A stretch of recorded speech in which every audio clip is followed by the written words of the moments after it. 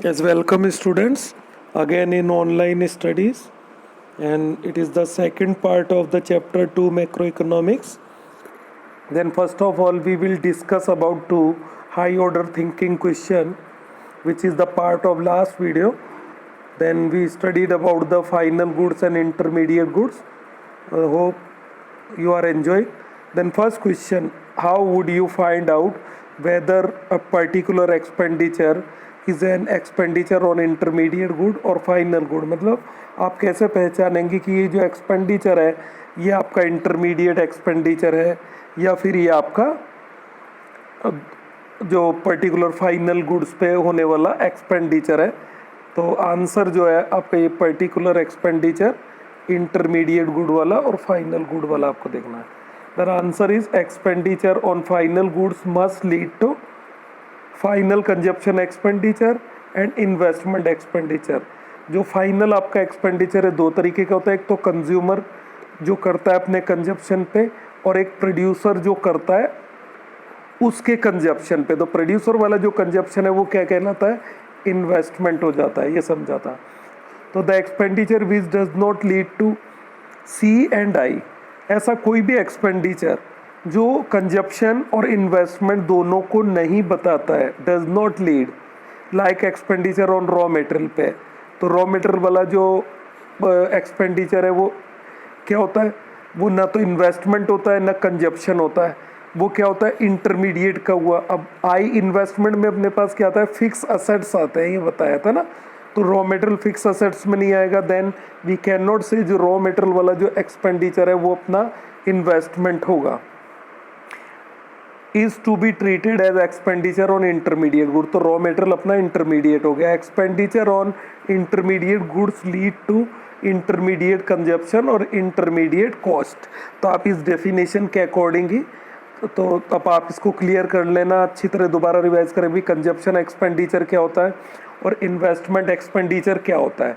तो आप किसी भी एक्सपेंडिचर को क्लासीफाइड कर पाएंगे. सेकंड है purchase of car always mean the purchase of final good. Do you agree? क्या हमेशा कार को खरीदना एक फाइनल गुड ही होगा? नो, हम ऐसा नहीं कह सकते. ऐसा नहीं हो सकता. कार वाला जो खरीदना वो इंटरमीडिएट कंजप्शन भी हो सकता है. वो कैसे होगा? देखें, दो केस है इनके पास. अगर कार जो है हमने फैमिली के लिए खरीदा है then we are end user, तो वो फाइनल गुड होगा. ठीक. दूसरा, एक जो टैक्सी के रूप में उसको चलाता है उबर ओला में, तो उसके लिए भी क्या होगा? ये फिक्स असेट्स के रूप में वो काम में लेगा. तो जब वो फिक्स असेट्स में काम में लेगा then it is also intermediate, दोनों के लिए इंटरमीडिएट होगा. बट फिर भी एक केस ऐसा आता है कि कार परचेज बाय शोरूम, एक शोरूम वाला कार को खरीदता है.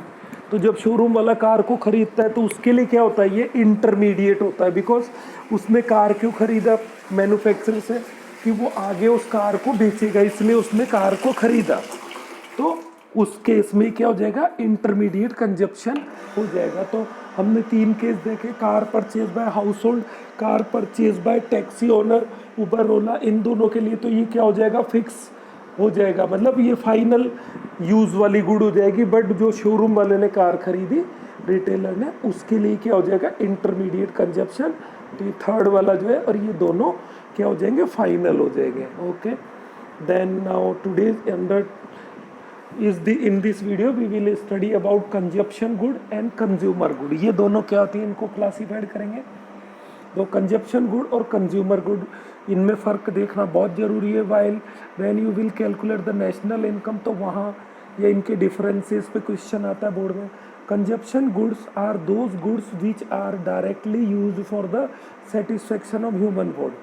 कंज्यूमर गुड्स जो डायरेक्ट अपनी ह्यूमन वॉन्ट्स को सेटिस्फाइड करने के लिए काम आती हैं वो होते हैं. Example ice cream and milk. अब आइसक्रीम है चाहे वो मिल्क है, तो ये क्या करता है? हम इसका डायरेक्ट कंजप्शन कर लेते हैं. आइसक्रीम हो गया एक एग्जाम्पल और मिल्क हो गया. As used by the household, these goods are consumed by the household when purchase. जब इसको हम खरीदते हैं तो हम इसका इस्तेमाल करते हैं, that is why they are household goods. तो ये कंज्यूमर गुड्स हो गई अपने पास. ठीक. अब here it is a flow chart. अब कंजप्शन गुड और कंज्यूमर गुड, तो यहाँ पे अपने पास कैटेगराइज है durable, semi durable, non durable goods and non material goods और सर्विसेज. यहाँ आप इसको आप ध्यान से समझेंगे वन बाय वन। जैसे फर्स्ट है ड्यूरेबल गुड्स। अब ड्यूरेबल गुड्स में वो गुड्स आती है जो अपने पास लंबे टाइम तक चलने वाली गुड्स होती है, ठीक। तो ड्यूरेबल जो गुड्स हुई अपने पास, durable consumption goods are those goods which can be use for several years and rate and are of relatively high value. जैसे TV, radio, scooter, bike, car, fridge, ये सारी चीज़ें इसमें आ जाएंगे ना, ईजी है समझने में। सेकेंड है semi durable consumption good. Semi durable consumption goods जो थोड़े टाइम के लिए चलती हो in comparison to durable goods are those goods which can be used for a period of 1 year और स्लाइटली मोर, जो 1 साल से ज़्यादा चलती हो। These goods are not of very high value. Durable goods की वैल्यू तो ज़्यादा होती है, जैसे कार हुआ, वॉशिंग मशीन, टीवी, रेडियो, इनकी value in comparison to durable good थोड़ा कम होती है। Clothes, furniture, crockery, electricity, electric goods are the example. जैसे लाइक ड्रेस वगैरह हो गया, अपने पास कपड़ा एक ड्रेस लिया है तो भी वो थोड़ा चलेगी, ऐसा नहीं है आज ली तो कल दोबारा ड्रेस खरीदना है। फर्नीचर है, क्रॉकरी, ये semi durable. Then third non durable single use goods. Single use goods में आता है जैसे आपने मिल्क लिया, सिंगल यूज, एक बार दूध को इस्तेमाल किया, रोज आएगा, न्यूज़पेपर डेली आता है।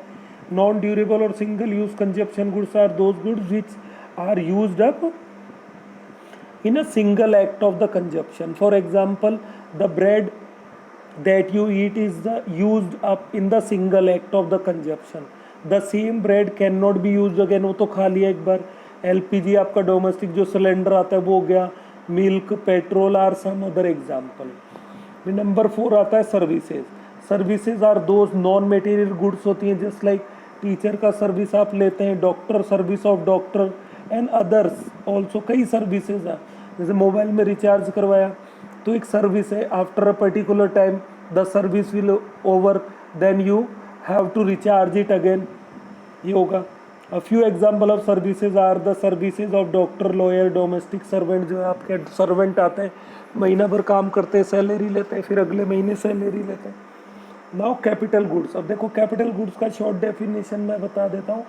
एक तो इनका हाई वैल्यू होता है, रिपीटेडली यूज़ होता है। ऐसी कोई भी गुड जिसकी वैल्यू हाई है और वो रिपीटेडली यूज़ होते हैं बार बार। तो जैसे मशीनरी है, बिग जो प्लांट होता है मैन्युफैक्चरिंग इंडस्ट्री में, उसमें क्या होता है कि वो काफ़ी महंगी होती है, हाई वैल्यू मशीन है और वो प्रोडक्शन में कई साल तक काम आती है, तो रिपीटेडली गुड्स तो कैपिटल गुड्स होती है। जैसे एक tailor, scissor used by tailor, एक टेलर कैंची काम में लेता है तो सालों तक एक ही कैंची से कपड़े सिलता है, बस उस जो सीजर है उसकी वैल्यू कम होती है। So scissor is not capital good, ये ध्यान रखना है। मतलब दोनों क्वालिटी होनी चाहिए, repeatedly use and high value. Capital goods are fix assets of the producers.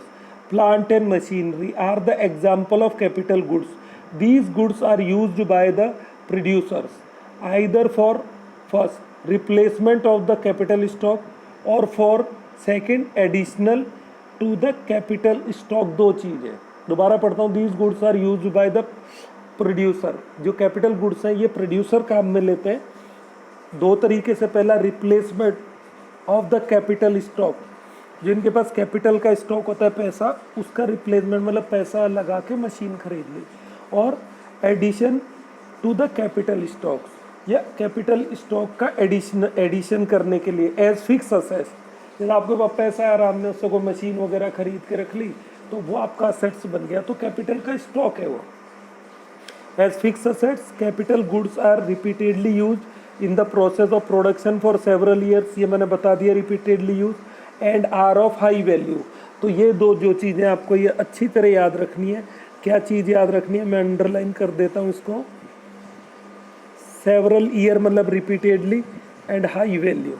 2 point जरूर लिखना है कैपिटल गुड्स में कि रिपीटेडली यूज मतलब सेवरल ईयर काम आएंगे और हाई वैल्यू इसका होगा।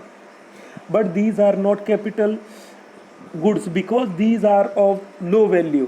जैसे इवन ये एग्जाम्पल दिया है, सॉरी मैं एक लाइन मिस कर, even nuts and bolts, nails and screw, जो नट बोल्ट होते हैं, कील होती है, स्क्रू, ये भी काफ़ी रिपीटेडली यूज होते हैं। उसी स्क्रू को खोलो लगा लो, बट इनकी वैल्यू लो है तो ये कैपिटल गुड नहीं होगी। But these are not capital good because these are of low value.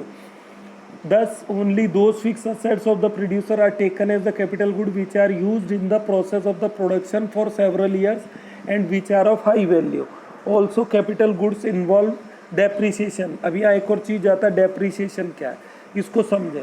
अब कैपिटल गुड्स में डेप्रिसिएशन होता है। फॉर एग्जांपल जैसे एक मशीन है, कॉस्ट 10 लाख रुपीज़, अब वो 10 ईयर तक चलता है, तो अगर वो 10 ईयर तक चलता है उसके बाद मशीन को रिप्लेस करना पड़ता है, तो 10 लाख का है तो 1 लाख पर ईयर उसका डेप्रिसिएशन हो गया।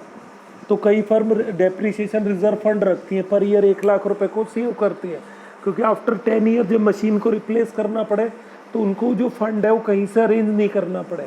तो दिस इज़ द डेप्रिसिएशन। आपने बाइक ली, महीना 2 महीना चलाई, उसको 50,000 में बाइक लिया था, फिर आप सेकेंड हैंड बेचते हैं तो you will not get the 50,000, आपको कम मिलेगा 30,000, तो 20,000 डेप्रिसिएशन कॉस्ट हुआ, पुराने मोबाइल का वैल्यू डाउन हो जाता है। It refer to the loss of the value of fix assets owing to this wear and tear. तो जो काम में लेने से उसमें जो घिसावट आती है, पुरानी जो हो जाती है, तो ये लॉस ऑफ जो वैल्यू है फिक्स असेट्स का, वो डेप्रिसिएशन होता है। अगर कोई पूछे व्हाट इज डेप्रिसिएशन तो आप बता सकते हैं it refer to the loss of the value of fix assets, ये वाला लाइन। ठीक, यहाँ फोकस जोन में आपको कैपिटल गुड्स के बारे में दिया गया है, इसको आप पढ़ेंगे, ये समराइज है, आप इसको अच्छे से याद रख सकते हैं, ये आपके लिए एक अच्छी समरी होगी।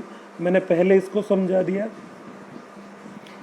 बॉक्स में अगर आप देखेंगे all machines are not capital goods, अब भाई बताया मैंने, कैंची भी एक मशीन होती है, साइंस के अकॉर्डिंग देखेंगे तो मशीन क्या है, machine is a device which make our work easy. तो कैंची हमारे काम को आसान बना देती है, हमारा पेन भी एक मशीन है, का लिखने का काम है, तो उनकी वैल्यू हाई नहीं होती, रिपीटेडली यूज़ होता है।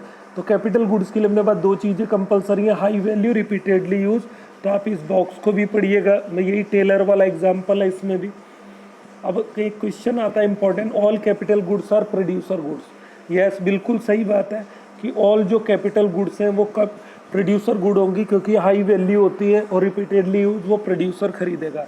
But all producer goods are not capital good. तो इसका देखो मैं एक ही लाइन में आपको समझाता हूँ। बिल्कुल ये बात भी सही है कि प्रोड्यूसर जो है कैपिटल गुड्स के अलावा कुछ चीज़ें सिंगल यूज़ वाली रॉ मटेरियल भी यूज़ करता है। तो रॉ मटेरियल क्या होता है, जैसे एक फैक्ट्री में मिल्क गया और हाउस होल्ड में भी मिल्क जाता है, तो मिल्क क्या होता है, एक कैपिटल गुड नहीं होता, वो कंज्यूमर गुड हो गया, तो उस रॉ मटेरियल इन्वेस्टमेंट माना जाएगा प्रोड्यूसर का। That is why both the statements are true. भी सारी कैपिटल गुड्स तो प्रोड्यूसर गुड्स होंगी, क्योंकि उनके फिक्स असेट्स में काम आएंगी, high value, repeatedly use. But producer on the other hand use raw material also. तो producer goods are those goods which are used in the production of other goods. These goods include goods used as the raw material by the producer, like wood used to make furniture, and goods used as a fixed assets। अब 2 तरीके की चीज़ें producer काम लेता है, एक तो fix assets वाली और एक रॉ मटेरियल हुआ। Like plant machinery, unlike fixed assets of the producer, goods used as raw material are not durable as use goods। दो रॉ मटेरियल क्या है, ये ड्यूरेबल नहीं होता है, तो सिंगल यूज होता है। तो these are single use producer good. These can not be repeatedly use, ये रिपीटेडली यूज भी नहीं आएंगी। Use in the process of production. Thus the same wood can not be repeatedly use to make furniture. में लकड़ी दोबारा काम नहीं आएगी, नई लकड़ी लानी है। तो फिक्स असेट्स तो बार बार काम आते हैं। तो प्रोड्यूसर जो फिक्स असेट्स काम में लेता है वो सिर्फ कैपिटल गुड्स होंगी। जो रॉ मटेरियल है वो सारी जो चीज़ें प्रोड्यूसर यूज़ करता है वो कैपिटल नहीं होंगी। प्रोड्यूसर द्वारा 2 चीज़ें इस्तेमाल की जाती हैं, एक तो कैपिटल गुड्स और एक कंज्यूमर गुड्स। तो ये टॉपिक भी आपका क्लियर हो गया होगा। लास्ट कंक्लूजन है 10, while all capital goods are producer goods, all producer goods are not capital goods. ये इंपॉर्टेंट क्वेश्चन है, पूछा जा सकता है। अगर ये क्वेश्चन पूछा गया है तो आपको इसके एक्सप्लेनेशन में paragraph with example you can give the different examples. Next, there is a table showing the different consumption good and capital goods। थोड़ा सा मैं इसको पढ़ देता हूँ, वैसे तो आपने पढ़ ही लिया। फर्स्ट जो अपना पॉइंट आता है, consumption goods lead to direct satisfaction of human wants. अब capital goods do not lead to the direct satisfaction of human wants. ये तो प्रोडक्शन में काम आती हैं, आगे दूसरी चीज़ों को प्रोड्यूस करेंगी, और कंजप्शन गुड डायरेक्टली कंज्यूम्ड होती हैं। Second, these goods are consumed by the household when purchase. इनको हाउस होल्ड काम में लेता है, और कैपिटल गुड्स प्रोड्यूसर काम में लेता है। थर्ड पॉइंट है, expenditure on consumption good is called. ये कंजप्शन एक्सपेंडिचर होता है, उधर इन्वेस्टमेंट एक्सपेंडिचर होता है। सारी चीज़ें पढ़ चुके हैं। फोर्थ पॉइंट है, higher production of consumption goods lead to higher level of welfare. तो ये जो कंजप्शन गुड है इनको जब कंज्यूम करेंगे तो वेलफेयर बढ़ता है, और जब प्रोडक्शन में कैपिटल गुड्स यूज़ होती हैं तो इससे जीडीपी ग्रोथ होता है। ये वाला आप पॉइंट अच्छे तरीके से याद रखें, थोड़ा अच्छा पॉइंट मुझे लगा, इस पर क्वेश्चन बन सकता है। Yes, now high order thinking, all producer goods are not capital goods. अब ये भी समझा है, क्योंकि प्रोड्यूसर क्या काम में लेता है, दो चीज़ें, एक तो कैपिटल गुड्स लेता है जो उनकी प्लांट मशीनरी फिक्स असेट्स हैं, दूसरा वो रॉ मटेरियल काम में लेता है, तो रॉ मटेरियल कंज्यूमर गुड हो जाती हैं, और कैपिटल गुड्स भी वो काम में लेता है। तो all producer goods are not capital goods, ये इसका आंसर है। You can explain it by giving example, इसको भी पढ़ेगा। अब concept and components of the consumption expenditure, जो कंजप्शन एक्सपेंडिचर के जो कंपोनेंट्स हैं वो क्या होता है और इसका कंसेप्ट क्या है। In macroeconomics consumption expenditure refer to aggregate consumption expenditure in economy, मतलब हमारी पूरी इकोनॉमी में, पूरे देश में जो गुड्स और सर्विसेज का इस्तेमाल होता है, कंजप्शन होता है, उसका एग्रीगेशन ही हमारा कंजप्शन एक्सपेंडिचर होगा। मैक्रो इकोनॉमिक्स में हम इंडिविजुअल एक्सपेंडिचर की बात नहीं करेंगे। Who are the consumer in economy, these are broadly classified. अब कंज्यूमर कौन होते हैं? कंज्यूमर मतलब जो कंज्यूम करेगा, तो फर्स्ट तो हाउस होल्ड हो गया, दूसरा गवर्नमेंट भी कुछ चीज़ों का कंजप्शन करती है, जैसे मिड डे मील वगैरह में जो खाना होता है ना, तो गवर्नमेंट का कंजप्शन हुआ, क्योंकि उस पर पैसा गवर्नमेंट खर्च करती है। यहाँ हमारा कंज्यूमर का मतलब जो पैसा खर्च कर रहा है ना, वो उसका कंजप्शन है। जस्ट लाइक आपने एक भिखारी को 100 रुपये दिए, तो इसका मतलब वो जो भिखारी 100 रुपये से खरीद के जो चीज़ खाएगा ना, वो उस बेगर का कंजप्शन नहीं, इट इज़ योर कंजप्शन, क्योंकि खर्च तो एक्चुअली आपने किया था ना, ऐसे समझे। तो मिड डे मील में गवर्नमेंट खर्च करती है, डिफेंस पे, ये होता है। Second, non profit private institution like NGO, temple, mosque, gurdwara, ये भी कंजप्शन करता है, ये हो जाएगा थर्ड वाला अपना पॉइंट। तो कौन कौन से हुए? House hold, government and NGO, जो नॉन प्रॉफिट प्राइवेट इंस्टीट्यूशन है, या 1, 2 और 3 तीनों को याद रखेंगे, अच्छे से याद रखना है। एमसीक्यू में क्वेश्चन आ जाता है, which of the following is not classified as the consumer in an economy, तो ये तीनों होंगे, और जो चौथा ऑप्शन होगा वो नहीं होगा। Household by consumer goods for the satisfaction of their want, government by consumer goods for distribution among the defence forces, for mid day meal in the government schools and such other purpose. Non profit private institution by consumer good for charity, वो charity के लिए लेते हैं, charity मतलब दान वगैरह देना, जैसे अभी लॉकडाउन में कई लोग अपनी इच्छा से चैरिटी कर रहे हैं। If we add up expenditure on the purchase of consumer goods by the household, government and non-profit private institution, we get an estimate of the total consumption। तो जब हम इन तीनों का कंजप्शन जोड़ देते हैं तो हमारे पास टोटल हमारे इकोनॉमी का कंजप्शन आ जाता है। तो एग्रीगेट कंजप्शन निकालने के लिए हमने को तीनों कंजप्शन जोड़ने पड़ेंगे।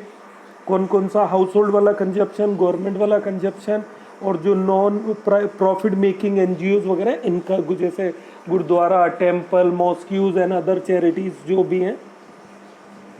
नाउ एग्रीगेट कंजप्शन का जो आपके पास शॉर्ट जो फॉर्मूला अपने पास बनेगा, इस फोकस जोन में दिया हुआ है, आप इसको देखें, वेरी इंपॉर्टेंट है, मैंने इसको सर्कल किया है। तो एग्रीगेट कंजप्शन क्या था? Consumption expenditure bye house hold, consumption expenditure by the government and consumption expenditure by the non profit private institution, NGO, temple. ठीक, अब आता है concept and component of investment. तो ये तो अपन ने कंजप्शन के देख लिए, कंपोनेंट 3 थे। अब दूसरा जो अपना एक्सपेंडिचर वाले कंपोनेंट देखते हैं, what is investment. Investment refer to increase in the stock of capital, मतलब कैपिटल का स्टॉक बढ़ जाना। अब कैपिटल का स्टॉक क्या होता है? सारे प्लांट मशीनरी जो फिक्स असेट्स है ना, वही कैपिटल स्टॉक होंगे। ठीक, ये क्या हो जाएगा? जो असेट्स हैं वो होंगे। तो यहाँ जो फॉर्मूला लिखा है I is equal to delta के, इस पे आप बिल्कुल कंसंट्रेट करें। आई डिनोट्स इन्वेस्टमेंट और डेल्टा मतलब चेंज। ये किसका साइन है? Delta, DELTA। ठीक, अब डेल्टा मतलब क्या होता है? चेंज। ठीक, तो इसका मतलब जो आपके कैपिटल स्टॉक में जो चेंज हुआ है वही आपका इन्वेस्टमेंट है। सपोज करो पहले आपके 1 लाख रुपए लगा हुआ था, एक नेक्स्ट ईयर में आपने उसमें 2 लाख रुपए और बिजनेस में लगा दिए, तो चेंज कितना हुआ? 2 लाख का। तो अब टोटल इन्वेस्टमेंट क्या हो गया? 2 लाख प्लस पहले का 1 लाख, 3 लाख का इन्वेस्ट हो गया। तो हियर आई इन्वेस्टमेंट के कैपिटल और डेल्टा के change in the capital stock. ये छोटा सा आपके पास फॉर्मूला है, आप याद रखें। Change in the stock of capital is called capital formation. ये लाइन याद रख लेना, change in stock capital formation होता है। नेशनल इनकम में बार बार ये वर्ड आने वाला है। कैपिटल फॉर्मेशन क्या हुआ, एक तरफ तो आपकी इनकम होती है और कैपिटल फॉर्मेशन भी होता है कि आपके पास इनकम तो ही 5 लाख, पर आपने उसके साथ अपने प्लांट में मशीनरी भी 5 लाख की ऐड कर ली, तो आपकी टोटल इनकम 5 लाख तो ये हुई और 5 लाख का असेट्स क्रिएट हो गया, तो 10 लाख इनकम हो गई। तो इस केस में कैपिटल जो फॉर्मेशन है ना, नेट कैपिटल फॉर्मेशन, वो जोड़ लिया जाता है। तो जो डेल्टा के ये क्या हो जाएगा, कैपिटल फॉर्मेशन हो गया। तो कैपिटल फॉर्मेशन को अपन क्या बोलेंगे, ये जो डेल्टा के था इसको मैं इंडिकेट आपको कर देता हूँ। ये डेल्टा के मतलब कैपिटल फॉर्मेशन होगा आपके पास, ठीक। दोनों आइडेंटिकल हो गए, ये और ये, ठीक, याद रखेंगे।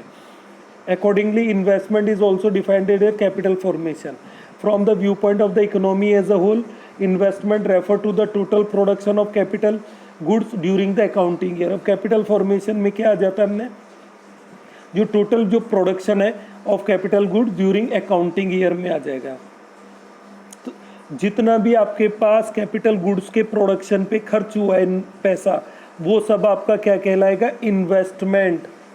क्या है, इस चीज़ को आप नोट अच्छी तरह कर लें, मुझे पता है पॉइंट बार बार आएगा। इन्वेस्टमेंट जो है वो क्या है, production of total capital goods. Notes में इस चीज़ को अच्छे तरीके से लिखना याद रखना। As noted earlier these goods may be use either for the replacement of existing capital stock और एडिंग। या तो ये रिप्लेस करता है पुरानी मशीन को उठा के नई कोई टेक्नोलॉजी वाली ले ली अपन ने, रिप्लेसमेंट होता है ये, फिर आपने आज भी ले सकते हैं। अब fix investment and inventory investment देखते हैं। अब फिक्स इन्वेस्टमेंट क्या होता है, ये तो फिक्स इन्वेस्टमेंट होता है जो मशीनरी प्लांट पे होता है। अब पिछले साल आपने पढ़ा था माइक्रो इकोनॉमिक्स में भी, फिक्स जो इन्वेस्टमेंट है वो क्या होता है, जब even when the production is zero then there is a fix investment. Production zero होगा तो भी फिक्स कॉस्ट होता है। दूसरा इन्वेंट्री, ये रॉ मटेरियल वाला हो गया, जब प्रोडक्शन स्टार्ट होगा तब इन्वेंट्री इन्वेस्टमेंट स्टार्ट होता है, रॉ मटेरियल का खर्चा। फॉलोइंग आर द डिटेल्स है, देखो fix investment refer to increase in the stock of fix assets. ये फिक्स असेट्स को इंक्रीज करता है, plant and machinery of the producer during an accounting year. Example, if at the beginning of the year 2019 a producer has stock of 8 machines, 8 machine थी। At the end of 2019 he has stock of 10 machine, तो total 2 machine increase हुआ। Then the stock of fix assets increase by 2 machines during year 2019। Fix investment of the producing during the year, तो कितना fix investment बढ़ गया आपके पास, 2 machines के equal वो बढ़ जाएगा। तो वो कैपिटल फॉर्मेशन भी 2 मशीन की जो वैल्यू होगी वो कैपिटल फॉर्मेशन हो गया, और उसी को फिक्स इन्वेस्टमेंट इंक्रीज बोल देंगे, ठीक। तो और किससे डिनोट करेंगे, डेल्टा के। अभी पढ़ा था ना आई, तो कैपिटल स्टॉक में डेल्टा के बराबर इंक्रीज हो गया, तो वो 2 मशीन के बराबर हो गया, ठीक है। फिक्स इन्वेस्टमेंट के लिए आप देखें formula, stock of the fix assets with the producer eight the end of the accounting year.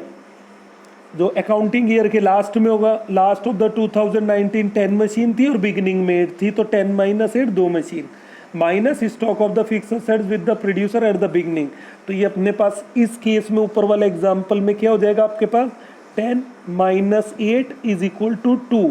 ये फॉर्मूला इससे ऐसे कैलकुलेट करेंगे, is equal to increase in the stock of fix assets with the producer during an accounting year. और ये जो accounting year है, क्योंकि हम नेशनल इनकम को 1 साल के लिए कैलकुलेट करते हैं, इधर मार्च से बजट सेशन तक पूरा, तो वो एक अकाउंटिंग ईयर होता है, इसलिए बार बार ये अकाउंटिंग ईयर आता है। Next, fix investment is also called fix capital formation. जो फिक्स इन्वेस्टमेंट होता है इसका दूसरा नाम फिक्स कैपिटल फॉर्मेशन होता है, ये भी आप याद रखेंगे। जो फिक्स कैपिटल एसेट्स में जो चेंज आता है वो फिक्स कैपिटल फॉर्मेशन होता है। बट यहाँ मैं बता दूँ, जो फिक्स कैपिटल फॉर्मेशन है इट कैन बी नेगेटिव और पॉजिटिव, दोनों हो सकता है। जैसे 8 मशीन थी, उससे कितनी मशीन हो गई 10, तो ये क्या हो गया +2 हो गया, तो मतलब फिक्स जो कैपिटल फॉर्मेशन है वो अपने पास पॉजिटिव आ गया। बट कई बार ऐसा हो सकता है कि पहले मशीन 8 थी, अब कुछ 2 मशीनें बीच में बेच दिया, eight the end of the accounting year आपके पास 6 मशीन रह जाती है, तो वो 8 आप किस में से माइनस करेंगे एंड वाले में से, तो उस केस में आप 6 माइनस 8 करेंगे तो आपके पास आएगा -2। तो fix capital formation can be negative also. तो अगर ये नेगेटिव आएगा तो हम नेशनल इनकम जब कैलकुलेट करेंगे तो इसको माइनस करेंगे, अगर ये पॉजिटिव आता है तो इसको ऐड कर देंगे। दोनों कंडीशन पॉसिबल है। अब सिग्निफिकेंस इसको देखते हैं। This implies increase in the stock of capital in terms of fix assets. तो ये इम्प्लाइज क्या करता है, स्टॉक को बढ़ा देता है in terms of fix assets के रूप में, और capital goods which are repeatedly use in the process of production. ये पहले ही बता चुके, जो कैपिटल गुड्स हैं रिपीटेडली यूज होती हैं अपने पास। अब significance of the fix investment का अपने पास फायदा क्या है, क्या महत्व है, देखते हैं। Following observation bring out the significance of fix investment. पहला, fix investment raises production capacity of producer. Yes, if you have capacity to produce then you can produce the goods and services in large amount में आप produce कर सकते हैं।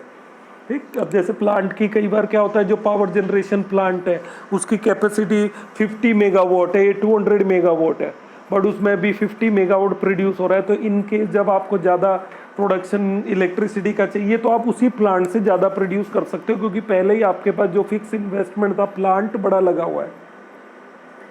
By raising, जैसे घर पे क्या होता है, अगर 5 या 10 मेहमान आते हैं then your mother can prepare tea for them. 10 के लिए बना सकती है बिकॉज यू हैव कैपेसिटी। इतना फिक्स इन्वेस्टमेंट है कि इतना दूध होगा, सब चीज़ें होंगी, आराम से 10 मेहमानों का बढ़ जाता है। But suppose if you have more than 100 guest, एक साथ 100 से ज़्यादा गेस्ट आ जाते, then you don't have the fix investment for them. उनके लिए आपके पास फिक्स इन्वेस्टमेंट नहीं है, तो फिर क्या करते हैं, शादी वगैरह में अपन एक्स्ट्रा चाय वाले को, खाना बनाने वाले को बुलाते हैं। 2-4 लोगों का तो घर पे बन जाता है। तो दिस शोज एक एग्जाम्पल है इसके लिए ना। सेकेंड है, by raising production capacity of the producer fix investment lead to higher level of production in economy. ये इकोनॉमी में हायर लेवल ऑफ प्रोडक्शन को करता है, इकोनॉमी में प्रोडक्शन की कैपेसिटी बढ़ा देता है। Third, higher level of output lead to higher rate of economic growth. जब आउटपुट ज़्यादा होगा तो इकोनॉमिक ग्रोथ बढ़ेगी, पॉपुलरली नोन है जीडीपी, जिसको अपन जीडीपी बोलते हैं। जब आपके पास फिक्स इन्वेस्टमेंट बढ़ेगा तो जीडीपी बढ़ेगा। तो फिक्स इन्वेस्टमेंट जरूरी है। तो तीनों पॉइंट बड़े सिंपल है, तो आपको ये सिग्निफिकेंस में याद रखने, ये एक मेजर क्वेश्चन ही बन जाता है। ठीक, इन्वेंट्री इन्वेस्टमेंट नाउ, ये तो फिक्स इन्वेंट्री इन्वेस्टमेंट क्या है, at the point of time producer hold the stock, वो अपने स्टॉक को होल्ड करके रखते हैं। फिनिश गुड्स अनसोल्ड स्टॉक होता है, गोदाम में होता है, गोडाउन्स में। सेकंड है, सेमी फिनिश गुड्स होता है, goods which are in the process of production, कुछ अपने प्रोसेस में ही चल रहा होता है, कुछ के लिए रॉ मटेरियल रखा होता है। Third one, this is called inventory. अब जैसे क्या होता है, एक एग्जाम्पल जो मैं जर्नली दे देता हूँ, वो मेरे भी जुबान पे चढ़ा हो, जस्ट लाइक जैसे समोसा वाला एग्जाम्पल देता हूँ मैं अक्सर। तो क्या होता है, जैसे आप समोसा लेने गए तो उसके पास ऑलरेडी कुछ समोसे प्रिपेयर्ड होते हैं, ठीक, जो उसने स्टॉक में रखे हैं उसको बेचेगा, तो बेचेगा। उसी टाइम क्या होता है, कुछ समोसे ऐसे होते हैं जिनको अभी तला नहीं गया होता, जिनमें मसाला भर के रखा होता है, तो वो उसकी इन्वेंट्री। और कुछ ऐसा पार्ट होता है उसके पास रॉ मटेरियल, आलू मिर्च मसाला मैदा रखा होता है, तो आलू मिर्च मसाला मैदा वो भी इन्वेंट्री है। और जो बिना तला हुआ समोसा है वो भी इन्वेंट्री है। बट जो तल के प्रिपेयर रखा हुआ है वो उसका स्टॉक है, जो अनसोल्ड स्टॉक है, अब धीरे धीरे वो बिकेगा। अब जब उसका धीरे धीरे बिकता है, अब उसको लगता है अब ये पूरा फिनिश होने वाला है, तो वो नया जिनको नहीं तला उसको तल के तैयार कर देता है। तो these are the stages of inventory stocks. Change in inventory stock during the year is called inventory. अब जो चेंज होगा पूरे साल में इन्वेंट्री में, वो एक चेंज इन इन्वेंट्री होगा। तो इसको अपन ओपनिंग और क्लोजिंग में देखेंगे। जैसे जब बिगिनिंग हुआ ईयर का, ओपनिंग स्टॉक क्या था और क्लोजिंग स्टॉक क्या था, तो जैसे ही आप क्लोजिंग वाले में से ओपनिंग माइनस करेंगे तो इन्वेंट्री निकल जाएगा। तो ये भी नेगेटिव हो सकता है और पॉजिटिव, दोनों साइड हो सकते हैं इसके। अगर शुरू में आपका इन्वेंट्री ज़्यादा था 10 लाख का, और ईयर के जो एंड में क्या हुआ, क्लोजिंग पे वो 8 लाख हो गया, तो 8 माइनस 10 -2 हो जाएगा। अगर शुरू में 10 लाख था और बाद में 12 लाख का इन्वेंट्री हो गया तो +2 लाख हो जाएगा। Inventory investment is equal to inventory stock at the end of the accounting year minus inventory stock at the beginning of the accounting year. तो इसको अपन क्या बोलेंगे, ओपनिंग और क्लोजिंग। तो क्लोजिंग में से ओपनिंग माइनस करना है तो आपके पास इन्वेंट्री स्टॉक आ जाएगा। सिग्निफिकेंस ऑफ इन्वेंट्री इन्वेस्टमेंट क्या होता है? Inventory investment primarily consist of investment in terms of the stock. तो इसमें दो चीज़ें आती हैं, इनमें क्या स्टॉक रखा जाता है? पहला तो आपके पास आ गया रॉ मटेरियल, दूसरा आ गया फिनिश गुड्स। जैसे बताया, एक तो बना हुआ समोसा है और एक जो अभी कच्चा समोसा है, ये उसके लिए आलू वगैरह मैदा पड़ा है, दोनों चीज़ें आ गई। ठीक, फर्स्ट है इसमें it ensure the uninterrupted supply of inputs of the producer. मतलब जब प्रोड्यूसर सप्लाई देता है तो उसमें कोई इंटरप्शन नहीं आता, कोई बाधा नहीं आएगी कि उसके पास इतना सामान पड़ा है, बिल्कुल वो देगा। जैसे आपने ऑर्डर दिया कि भैया शाम को बर्थडे पार्टी है, मेरे को 500 समोसे चाहिए, कहेगा यस, क्योंकि उसके पास उतनी इन्वेंट्री होती है कि बना देंगे 500 समोसे में क्या है। बट सपोज करो उसके पास इन्वेंट्री नहीं है, तो वो आपको मना करेगा, नहीं अभी इतनी इन्वेंट्री नहीं है, मैं 200 समोसे तो दे सकता हूँ। ठीक, तो वो स्टॉक पे डिपेंड करता है। आप सडनली जाके बोलो भैया 200 समोसे दे दो, मना कर देगा कि इतना नहीं है, कि टाइम लगेगा आधा घंटा, कोई बना के देगा। तो ये अनइंटरप्टेड सप्लाई को इंडिकेट करता है, इसका सिग्निफिकेंस है अच्छा, बहुत बड़ा। Number second, with enough stock of raw material the producer can avoid day to day purchase from the market. अब उसको डे टू डे जो परचेज है, मार्केट नहीं जाना पड़ता, वो एक साथ, जिसको पता है हम रोज़ समोसा बनाते हैं, तो वो एक साथ 150 200 किलो 500 किलो आलू लेके रखेगा, मिर्च मसाला लेके रखेगा, सारी चीज़ें मैदे के कट्टे लेके रखेगा, तो वो 15-20 दिन या महीने भर में जाता है। जैसे हम घर में हमारे राशन रख लेते हैं ना, वैसे होता है। पता है लॉकडाउन में बाहर नहीं मिलेगा, तो काफ़ी लोगों ने पहले एक साथ लोग खरीद रहे, पहले वो सिंगल बिस्किट का पैकेट लेते थे, अब जैसे ही कोई आता है तो भैया 10 दे दो, कि पता नहीं है फिर बाद में मिले नहीं मिले, तो डे टू डे मार्केट तो जा नहीं सकते। अब लॉकडाउन खुलने में क्या होगा, डेली मार्केट जाएंगे तो फिर हम क्वांटिटी कम कर देते डेली के लिए, तो हमारा जो स्टॉक है वो हमारी अनसर्टेनिटीज़ जो मार्केट को, उसको भी अवॉइड करता है। Accordingly uncertainties of the market relating to the price and unavailability of the raw material are avoided. कई बार हमको लगता है जैसे मार्केट बंद रहेगा, ये रहेगा, तो डिमांड हम एक दिन पहले ही कर लेते हैं, बैंक पता है अभी 2 दिन बैंक बंद है, तो हम आज ही 2 दिन का एक्स्ट्रा पैसा निकलवा के रखते हैं। तो all the things are related. ये बहुत इंपॉर्टेंट पॉइंट है, इसको पढ़िएगा, सिंपल भी है, प्रॉब्लम भी पूछा करो आप लोग। The stock of finish goods is significant because it enables the producer to meet the potential demand for their product. अब उसकी मार्केट में क्या डिमांड होने वाली है, अब वो भी अनसर्टिनिटीज़ होती है, अचानक डिमांड बढ़ जाए तो प्रोड्यूसर उसको कहाँ से पूरा करता है, उसका इन्वेंट्री स्टॉक में अगर कैपेसिटी होगी, the producer can easily fulfil the increasing demand in the market. Here it may be noted that the actual inventory stock at the time may not be the desired inventory stock. कई बार गोदाम में माल बहुत ज़्यादा होता है, तो होता क्या है कि ऑन दैट टाइम डिमांड कम होता है, बट उनको रखना पड़ता है कि अचानक डिमांड आ जाए तो। जैसे आप अपने गली मोहल्ले में जो दुकान है वहाँ जाके बोलो भैया 500 किलो चीनी दे दो, तो मना कर देगा, क्योंकि उसके पास ज़्यादा 100 किलो चीनी वो लाता है, उसी में से बेचता है।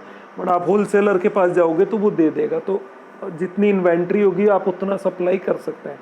Here it may be noted that the actual inventory stock at the time may not be desired inventory stock, a part of it may be undesired. उस इन्वेंट्री में से कुछ पार्ट अनडिजायर्ड होता है, मतलब वो अनवांटेड स्टॉक होता है, वो बिक नहीं रहा होता, इसलिए भी स्टॉक होता है। A producer may have expected to sell 1000 unit of washing machines, but actually he could sell 500। अब उसको 1000 वॉशिंग मशीन बेचनी थी, 500 बिकी, तो जो 500 बची हो गया अनवांटेड इन्वेंट्री हो गया, अनवांटेड स्टॉक हो गया, अनसोल्ड स्टॉक हो गया, क्यों, due to the lack of demand. In such cases 500 unit of washing machines are an undesired inventory stock, such stock lead to losses. ये लॉस में जाता है, और इसी को बेचने के लिए जो कंपनीज है वो क्या देती हैं, OFFER।